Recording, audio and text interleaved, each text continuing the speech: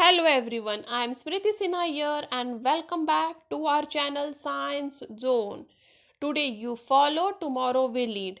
And if you are new to this channel, please hit the subscribe button given below.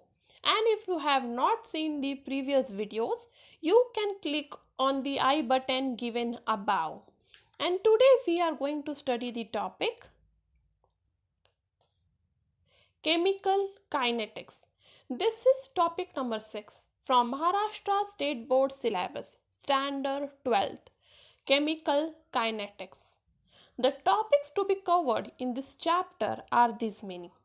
But we are done with few of the topics, and if you have missed those videos, you can click on the I button above, see those videos, and today we are going to study the topic collision theory of bimolecular reactions, temperature dependence of reaction rate, and effect of catalyst on rate of reaction. So these are the three topics to be covered in this video. So let's begin with collision theory of bimolecular reactions. अब इसका मतलब क्या है? Bye मतलब to, molecular मतलब molecules. तो हमको collision theory पढ़ना है ऐसे रिएक्शन के लिए जहाँ दो मॉलिक्यूल रिएक्ट होके एक प्रोडक्ट दे रहा है.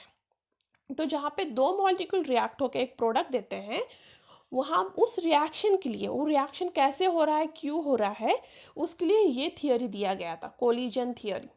और ये थियरी हम पढ़ेंगे और देखेंगे कि दो मॉलिक्यूल जब एक दूसरे में टकराते हैं, कोलिजन मतलब टकराना, तो फिर रिएक्शन कैसे होता है. सो देखो, collision between reactant molecule. Collision between reactant molecule मतलब क्या?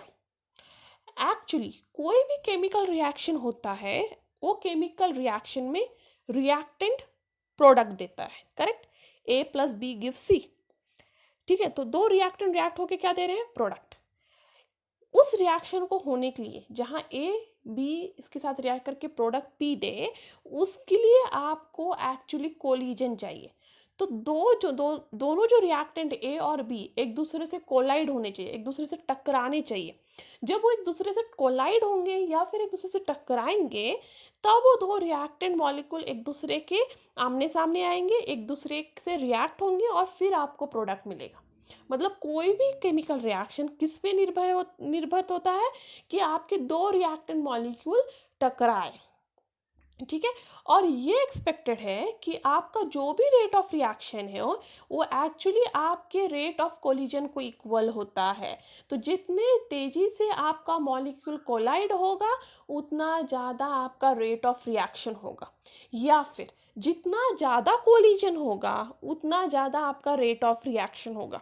कम कोलिजन होगा तो कम रेट ऑफ रिएक्शन, ज़्यादा कोलिजन होगा तो ज़्यादा रेट ऑफ रिएक्शन.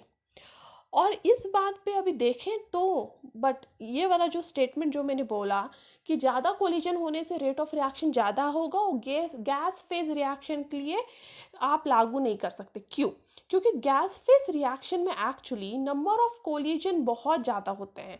क्योंकि गैसेस फ्री टू मूव है, इसलिए वो एक दूसरे से हमेशा टकराते रहते हैं, इसलिए नंबर ऑफ कोलिजन वहाँ पे बहुत ज़्यादा होते हैं, बट उनका रेट ऑफ रिएक्शन उतना ज़्यादा देखा नहीं जाता. ठीक है, तो गैस फेज रिएक्शन के लिए स्टेटमेंट पूरी तरह सही नहीं है कि ज़्यादा कोलिजन तो ज़्यादा रेट ऑफ रिएक्शन. क्योंकि गैस फेज मॉलिक्यूल जहाँ दोनों रिएक्टेंट आपके गैसेज हैं, वहाँ एक्चुअली कोलिजन ज़्यादा होते हैं, वो गैस मॉलिक्यूल एक दूसरे से ज़्यादा टकराते हैं, पर उतना ज़्यादा आपका रेट ऑफ रिएक्शन नहीं होता. नेक्स्ट कॉन्सेप्ट है एक्टिवेशन. अब एक्टिवेशन मतलब क्या? तो एक्टिवेट मतलब क्या होता है कि किसी भी चीज़ को आपको जगाना. ठीक है, आपको एक्टिवेट किया जाता है पढ़ाई करने के लिए. आप खुद उठ के पढ़ते हैं नहीं, मम्मी बोलती रहती पढ़ो पढ़ो, टीचर बोलती पढ़ो पढ़ो, तो एक्टिवेट किया जा रहा है. ठीक है, तो कोई भी रिएक्शन को होने के लिए एक एक्टिवेशन एनर्जी चाहिए, एक एक्टिवेशन चाहिए, तो वो रिएक्शन होगा. ठीक है, तो अभी हमने ठीक से सीखा कि कोलिजन के वजह से कोई भी रिएक्शन होता है. ठीक है, बट कोलिजन होते वक्त उस मॉलिक्यूल के पास एक मिनिमम काइनेटिक एनर्जी चाहिए. कोई भी मॉलिक्यूल एक दूसरे से कोलाइड होगा तो कोई भी मॉलिक्यूल एक दूसरे से कोलाइड होगा तो आपका रिएक्शन हो जाएगा, ऐसा नहीं है. वो दोनों मॉलिक्यूल के पास यदि मिनिमम काइनेटिक एनर्जी, जो भी एनर्जी चाहिए कोलिजन के लिए, वो मिनिमम काइनेटिक एनर्जी रहेगा तो ही आपका रिएक्शन हो पाएगा। तो ये मिनिमम काइनेटिक एनर्जी को क्या कहते हैं? Activation energy.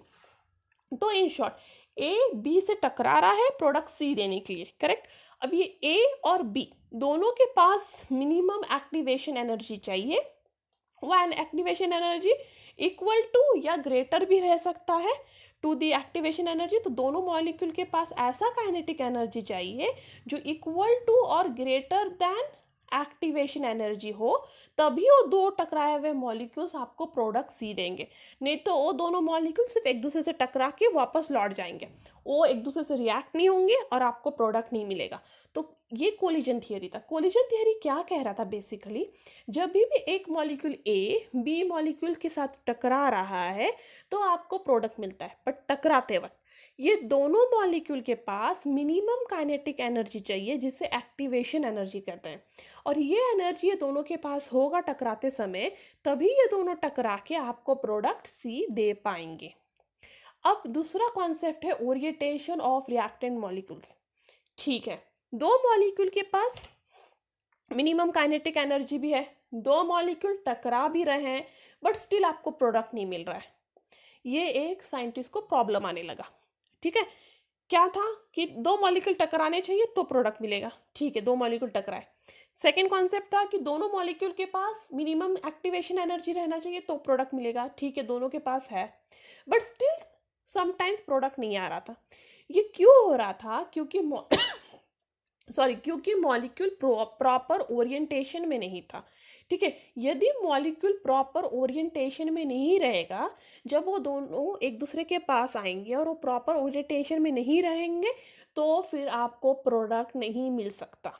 तो सपोज ये रिएक्शन कंसिडर करो जहाँ ए रिएक्ट हो रहा है सी बी के साथ। तो आपके पास दो मॉलिक्यूल है ए और दूसरा मॉलिक्यूल है सी बी, जो दे रहा है ए बी प्लस सी।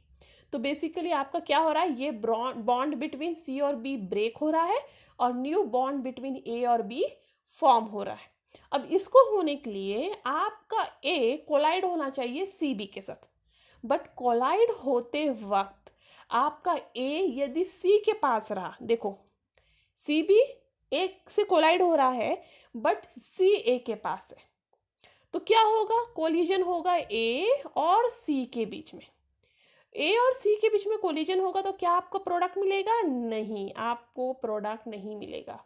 आपका ए सी बी से कोलाइड होके वापस वैसे ही लौट जाएगा, ए ही रहेगा, सी बी रहेगा, क्योंकि आपका सी कोलाइड हो रहा था ए से, ना कि बी।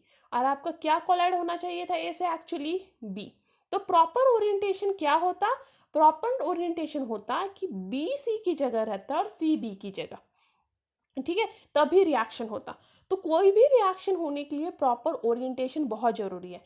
तो इस रिएक्शन से आपको समझ गया होगा, यदि आपको ए को सी बी से रिएक्ट करवाना है तो आपका पहला कंडीशन है कि ये दोनों मॉलिक्यूल एक दूसरे से कोलाइड होने चाहिए। सेकेंड कंडीशन है कि ये दोनों मॉलिक्यूल के पास मिनिमम एक्टिवेशन एनर्जी होना चाहिए। और थर्ड कंडीशन है कि उनका प्रॉपर ओरिएंटेशन होना चाहिए। यदि उनका ओरिएंटेशन प्रॉपर नहीं रहेगा और पहले दोनों कंडीशन भी फुलफिल हो जाएंगे, तभी भी दोनों मॉलिक्यूल एक दूसरे से बिना रिएक्ट हुए बस टकरा के अलग हो जाएंगे और आपका रिएक्शन नहीं हो पाएगा। बट सपोज अब ये देखो, जब आपका बी ए की तरफ है और अब कोलिजन हो रहा है, जब दोनों मॉलिक्यूल कोलाइड भी हो रहे हैं, उनके पास मिनिमम एक्टिवेशन एनर्जी भी है और ओरिएंटेशन भी करेक्ट है, तब आपको प्रोडक्ट मिल रहा है ए बी प्लस सी। तो आपको सक्सेसफुल रिएक्शन होने के लिए प्रॉपर ओरिएंटेशन भी बहुत ज़रूरी है। प्रॉपर ओरिएंटेशन बहुत इंपॉर्टेंट रोल प्ले करता है आपके रिएक्टेंट को प्रोडक्ट में कन्वर्ट करने के लिए। तो ये हुआ आपका प्रॉपर ओरिएंटेशन। अब सेकंड है पोटेंशियल एनर्जी बैरियर। अब पोटेंशियल एनर्जी बैरियर होता क्या है? तो सपोज वापस आप रिएक्शन कंसिडर करो जहाँ ए सी बी के साथ रिएक्ट करके वापस दे रहा है A B plus C, same reaction है। ठीक है, अब during the course of collision, जब कोलिजन हो रहा है तब एक्चुअली न्यू बॉन्ड बन रहा है ए बी के बीच में, करेक्ट। जब कोलिजन होगा तो न्यू बॉन्ड बनेगा ए बी के बीच में, और सेम टाइम पे बॉन्ड ब्रेक होगा सी बी के बीच में। करेक्ट, बॉन्ड ब्रेक किसके बीच में हो रहा है, सी सॉरी सी बी के बीच में बॉन्ड ब्रेक हो रहा है और ए बी के बीच में बॉन्ड फॉर्म हो रहा है। तो एक फ्रैक्शन ऑफ सेकेंड रहेगा, एक फ्रैक्शन ऑफ सेकेंड, जब तीनों एक दूसरे से जुड़े हुए होंगे। ठीक है, और इसे कहते हैं एक्टिवेटेड कॉम्प्लेक्स। जब तीनों एक दूसरे से जुड़े होंगे उसे कहते हैं एक्टिवेटेड कॉम्प्लेक्स। तो एक न्यू बॉन्ड बन रहा होगा ए बी के बीच में, देखो एक न्यू बॉन्ड बन रहा है ए बी के बीच में, और बॉन्ड ब्रेक हो रहा है बी सी के बीच में। तो ये तीनों एक दूसरे से जुड़े हुए हैं और फाइनली वो प्रोडक्ट दे देंगे ए बी प्लस सी। अब ये वाला जो कॉम्प्लेक्स फॉर्म करना है, that is A B C, तीनों फॉर्म करने के लिए एक एनर्जी चाहिए, एक हाई अमाउंट ऑफ एनर्जी चाहिए, और वो एनर्जी आता है kinetic energy of colliding molecule से। मतलब दो कोलाइडिंग मॉलिक्यूल के पास मिनिमम एक्टिवेशन एनर्जी क्यों चाहिए, क्योंकि वो कोलाइड होने के बाद ये कॉम्प्लेक्स फॉर्म कर सके ए बी सी, और वो कॉम्प्लेक्स फिर ब्रेक डाउन होके वो कॉम्प्लेक्स फिर ब्रेक डाउन होके बनेगा ए बी। और ये कॉम्प्लेक्स के बनने के लिए आपके दोनों मॉलिक्यूल के पास मिनिमम एक्टिवेशन एनर्जी चाहिए। अब मिनिमम एक्टिवेशन एनर्जी से क्या होता है, तो ये देखो, ये है आपका रिएक्टेंट का एनर्जी लेवल और ये है आपका प्रोडक्ट का एनर्जी लेवल। कोई भी रिएक्शन होने के लिए आपको याद रखना है कि प्रोडक्ट का एनर्जी रिएक्टेंट के एनर्जी से कम होना चाहिए। पहला थिंग देखो, ये सब टेक्स्ट बुक में नहीं दिया है, मैं एक्स्ट्रा बता रही हूँ कि प्रोडक्ट का एनर्जी किससे कम होना चाहिए, रिएक्टेंट के एनर्जी से। क्यों? जितना कम एनर्जी होता है मॉलिक्यूल में, वो मॉलिक्यूल उतना ज़्यादा स्टेबल होता है। ठीक है, जितना कम एनर्जी कोई भी मॉलिक्यूल में इस यूनिवर्स में हो, उस मॉलिक्यूल को उतनी ज़्यादा स्टेबिलिटी रहती है। अब प्रोडक्ट में कम एनर्जी रहेगा रिएक्टेंट से, मतलब प्रोडक्ट ज़्यादा स्टेबल है रिएक्टेंट से, तो ही रिएक्शन हो पाएगा। सपोज इसका रिवर्स केस आप पढ़ रहे हो, जहाँ रिएक्टेंट में कम एनर्जी है, मतलब रिएक्टेंट ज़्यादा स्टेबल है प्रोडक्ट से, तब रिएक्शन जल्दी से नहीं हो पाएगा, क्योंकि रिएक्टेंट ऑलरेडी स्टेबल है तो क्यों प्रोडक्ट बनाएगा। करेक्ट, इसलिए फर्स्ट थिंग आपको ग्राफ ड्रॉ करते याद रखना है कि रिएक्टेंट की एनर्जी प्रोडक्ट की एनर्जी से ज़्यादा होना चाहिए। That means that product reactant से ज़्यादा स्टेबल होना चाहिए। अब रिएक्टेंट डायरेक्टली प्रोडक्ट नहीं देता, वो एक एनर्जी का पिक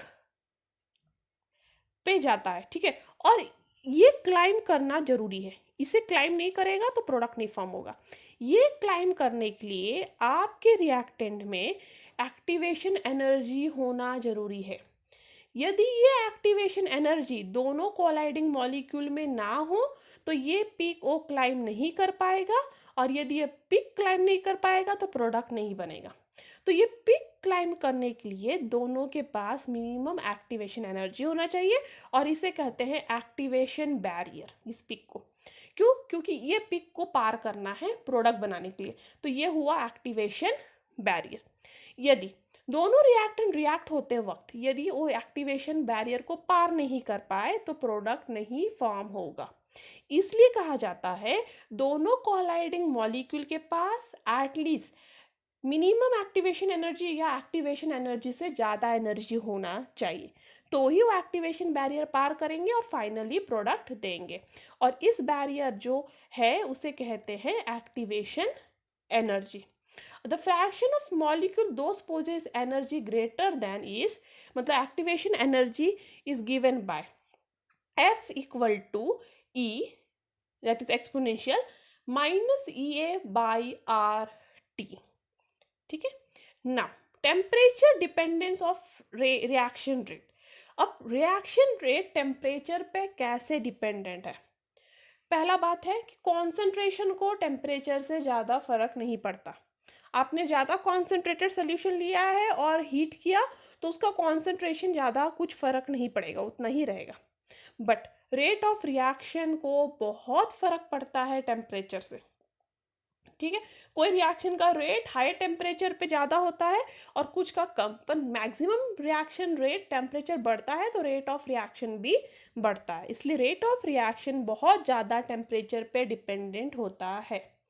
तो ये प्रूफ करने के लिए एक आरएनएस इक्वेशन देखना है।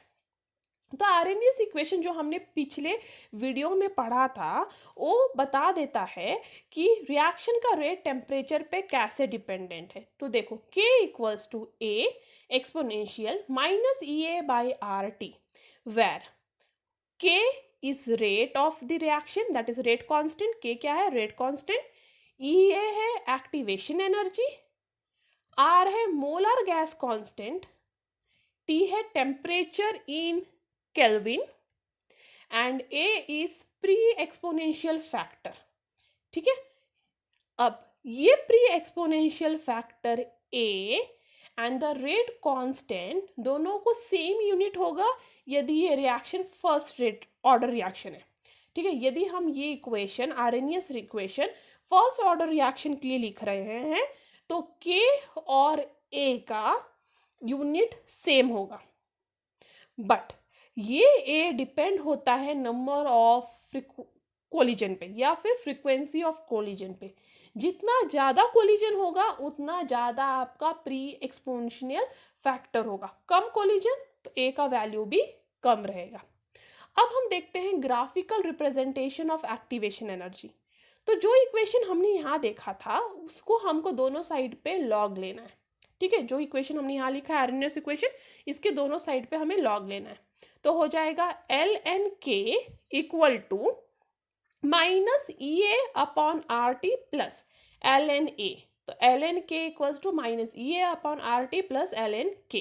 अब इसे हम कन्वर्ट करेंगे log टू द बेस 10 में, तो हो जाएगा log to the base 10 K equal to minus EA/2.303R into 1/T plus log to the base 10 A। अब इसे कंपेयर करेंगे हम straight line equation that is y equals to mx plus c से।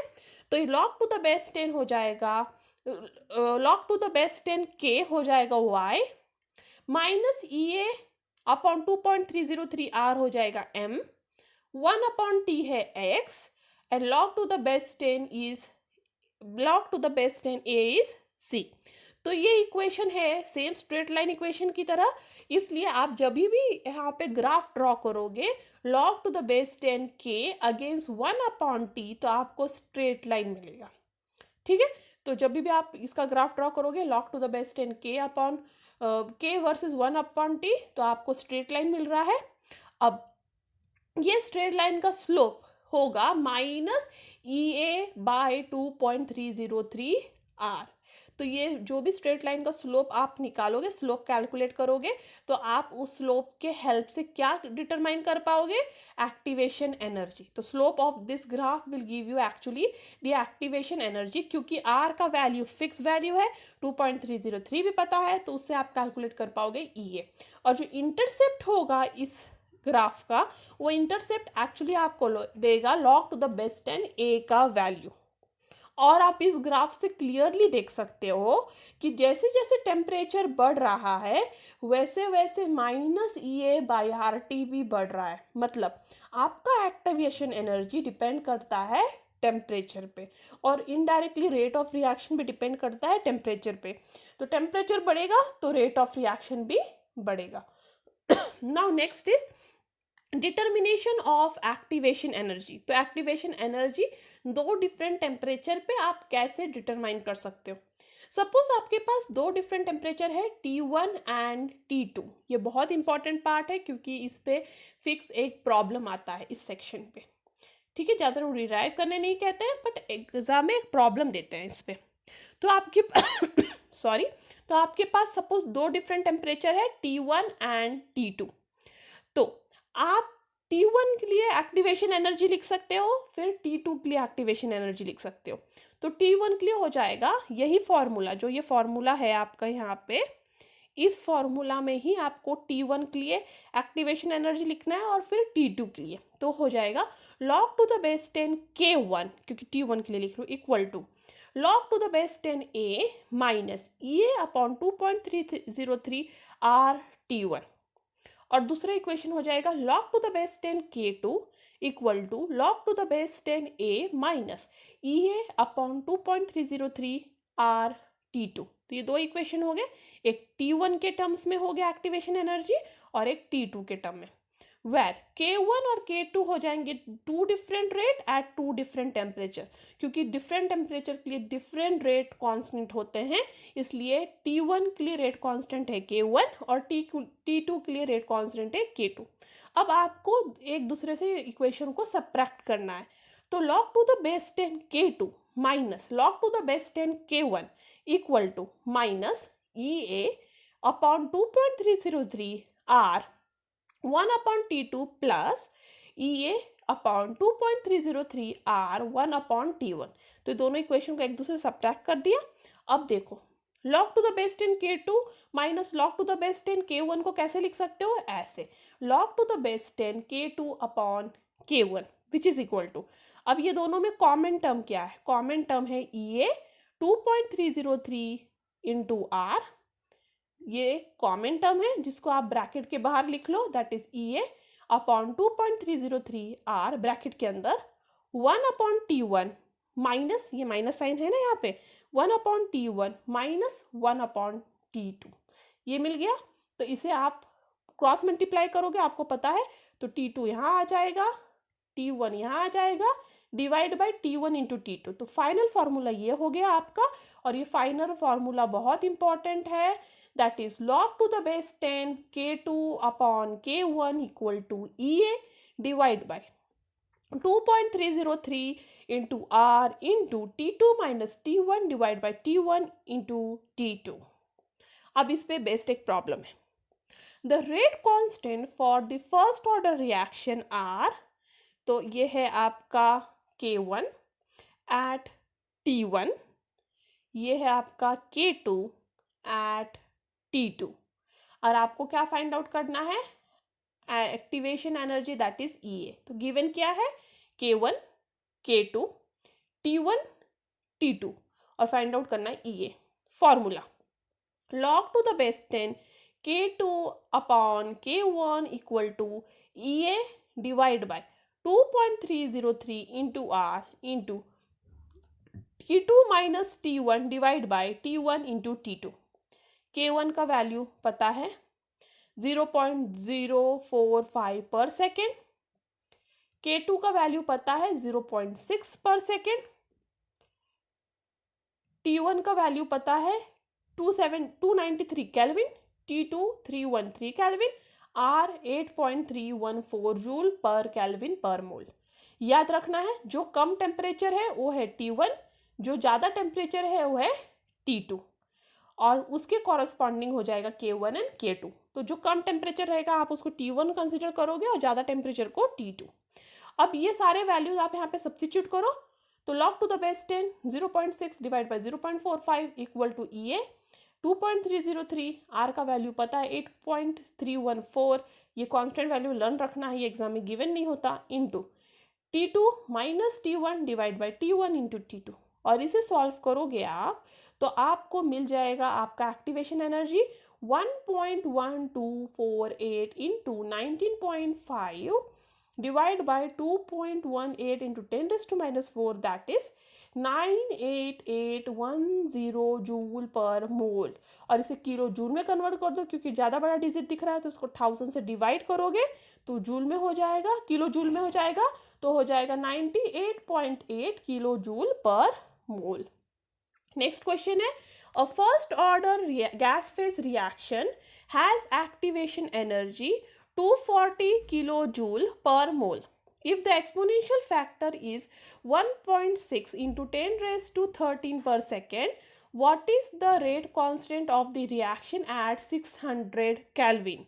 तो आपको यहाँ पे एक्चुअली ये वाला फॉर्मूला यूज़ करना है, K equals to A exponential minus EA by RT, जहाँ पे आप इसको इस फॉर्मूले में ऐसे कन्वर्ट कर सकते हो। तो आपको बेसिकली फाइनली ये वाला फॉर्मूला याद रखना है, that is log to the base 10 A upon K equals to EA by 2.303 into RT। तो ये फॉर्मूला याद रखना बहुत इम्पॉर्टेंट है। अब आपके पास क्या क्या है, आपके पास है activation energy that is 240 kilo joule per mole, आपके पास है टेम्परेचर 600 केल्विन, आपके पास है A that is pre exponential factor 1.6 into 10⁻³ पर सेकेंड, और आपको फाइंड आउट क्या करना है, के।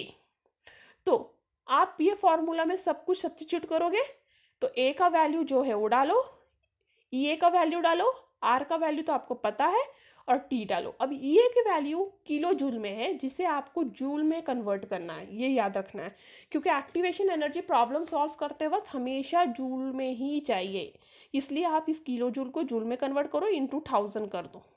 ठीक है, टेम्परेचर केल्विन में ही रहेगा, और ये भी सही है।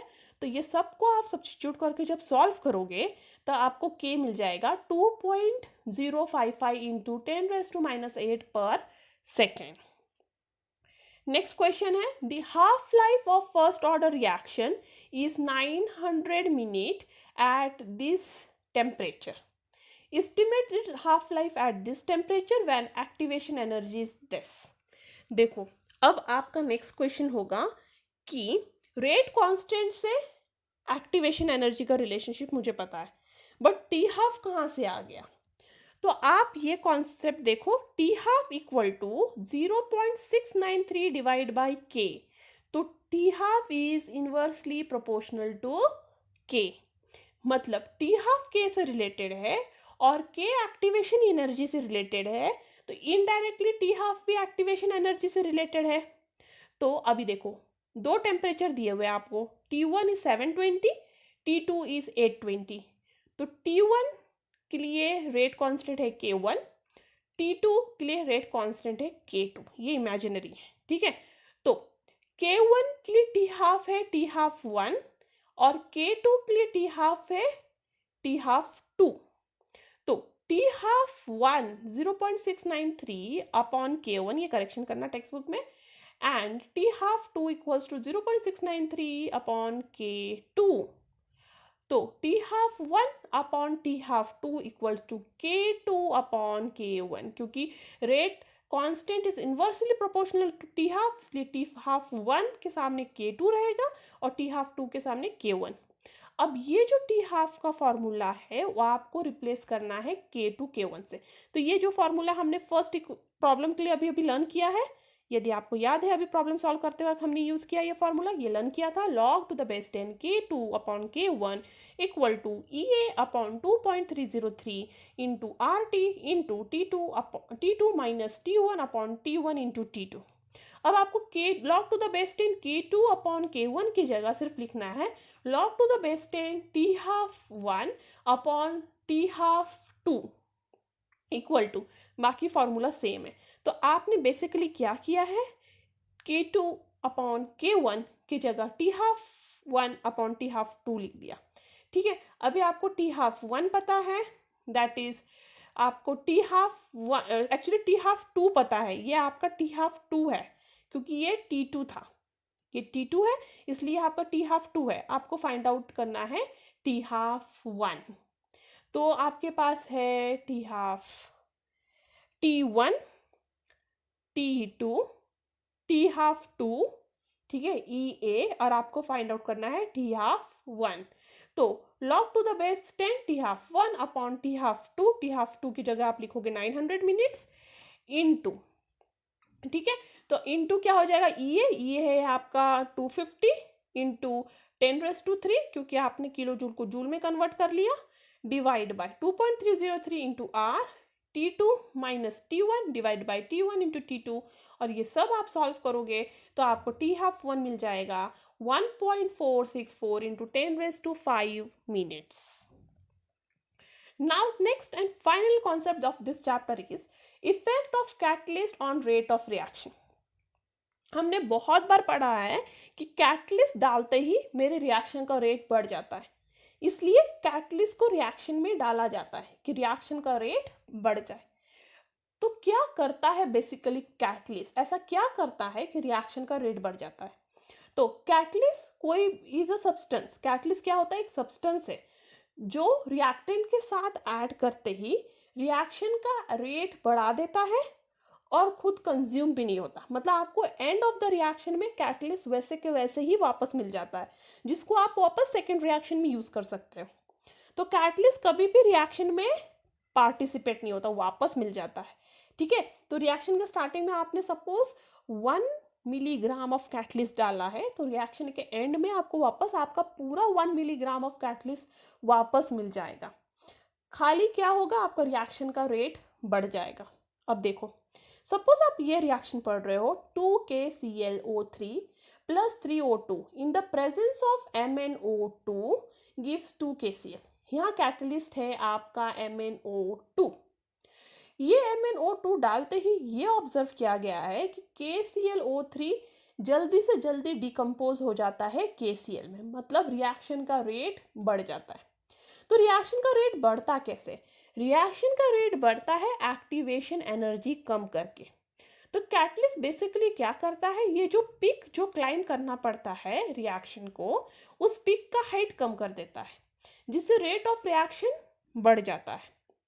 तो ये जो ऊपर हाईएस्ट पीक है, ये जो आप ऑब्जर्व कर रहे हो, ये पीक एक्चुअली विदाउट कैटलिस्ट है और ये पीक है विथ कैटलिस्ट। तो विदाउट कैटलिस्ट कोई भी ये दो मॉलिक्यूल को कोलाइड होते वक्त इतना ज़्यादा एनर्जी लग रहा था प्रोडक्ट फॉर्म होने के लिए। ठीक है, ये दो मॉलिक्यूल जब कोलाइड हो रहे थे विदाउट कैटलिस्ट, मतलब जब MnO2 नहीं था और ये दोनों मॉलिक्यूल कोलाइड हो रहे थे, तो उन्हें इतना ज़्यादा एनर्जी की ज़रूरत थी, तब वो प्रोडक्ट फॉर्म कर रहे थे। बट जब कैटलिस्ट डाला मैंने MnO2, तब ये पिक का हाइट देखो हाफ हो गया, मतलब एक्टिवेशन एनर्जी क्या हो गया, कम हो गया। एक्टिवेशन एनर्जी कम होने से क्या हुआ, बहुत ज़्यादा मॉलिक्यूल्स जो एक दूसरे से कोलाइड हो रहे थे वो ज़्यादा प्रोडक्ट देने लगे, क्योंकि ये कम एनर्जी की ज़रूरत पड़ रही थी उन्हें। ठीक है, तो 100 मॉलिक्यूल है, सपोज 100 मॉलिक्यूल से सिर्फ 50 मॉलिक्यूल विदाउट कैटलिस्ट ये एनर्जी को पार करके प्रोडक्ट दे पा रहे थे। बट अभी सपोज 100 मॉलिक्यूल है, अब ये बहुत कम एनर्जी का पिक पार करना है, तो 80 मॉलिक्यूल अब ये पिक पार करके प्रोडक्ट दे रहे हैं, मतलब रेट ऑफ रिएक्शन क्या हो रहा है, बढ़ रहा है। और रेट ऑफ रिएक्शन क्यों बढ़ रहा है, एक्टिवेशन एनर्जी कम करके। तो एक्चुअली कैटलिस्ट क्या करता है, कैटलिस्ट कुछ नहीं करता, और रिएक्शन में कुछ भी जादू नहीं करता, वो सिर्फ क्या करता है, एक्टिवेशन एनर्जी को लो कर देता है, जिससे रिएक्शन का रेट बढ़ जाता है। तो ये बहुत बार पूछा जाता है कि कैटलिस्ट आपके रिएक्शन का रेट बढ़ाता कैसे है, क्या करता है वो एक्चुअली एनर्जी ऑफ एक्टिवेशन, जो रिएक्शन को होने के लिए जो एनर्जी ऑफ एक्टिवेशन ये पीक पार करने की जरूरत पड़ रही थी, उस पीक का height that is energy of activation को उसने कम कर दिया, जिससे ज़्यादा से ज़्यादा मॉलिक्यूल इस पीक को पार करके प्रोडक्ट फाइनल दे पाए। नाउ सेकेंड एग्जाम्पल इसको समझाने के लिए है decomposition of H2O2 in the presence of iodine. तो H2O2 आयोडीन के प्रेजेंस में डिकम्पोज होके देता है वाटर प्लस ऑक्सीजन। यदि रूम टेम्परेचर पे ये आप रिएक्शन करो without the presence of iodine, मतलब हाइड्रोजन परऑक्साइड ले आओ, रूम टेम्परेचर पे रख दो, और फिर आप ऑब्जर्व करोगे वाटर और ऑक्सीजन बनने के लिए आपका एनर्जी ऑफ एक्टिवेशन है 76 kilo joule per mole. But यदि आपको ये रिएक्शन का रेट बढ़ाना है तो आप इसमें सिर्फ थोड़ा सा आयोडीन का क्रिस्टल डाल दो। आयोडीन का क्रिस्टल डालते ही आपका एक्टिवेशन एनर्जी कम हो जाएगा, that is 57 kilo joule per mole. Energy of activation कम होते ही आपका रिएक्शन रेट बढ़ जाएगा, क्योंकि ज़्यादा से ज़्यादा मॉलिक्यूल्स आपके उस पीक को पार कर पाएंगे और फाइनल प्रोडक्ट दे पाएंगे। तो ये है रोल आपके कैटलिस्ट का, कि रिएक्शन का रेट बढ़ाना bye lowering the activation energy. And that's all for today, thank you. If you have any doubt, any comment, any suggestion, you are free to do that on askyourdoubt04@gmail.com. If you like my video, give me a thumbs up, share this video to more and more of your friends. And before departing, if you look at what you have in life, you will always have more.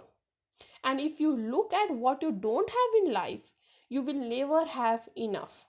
And that's all for today. Thank you. Stay tuned.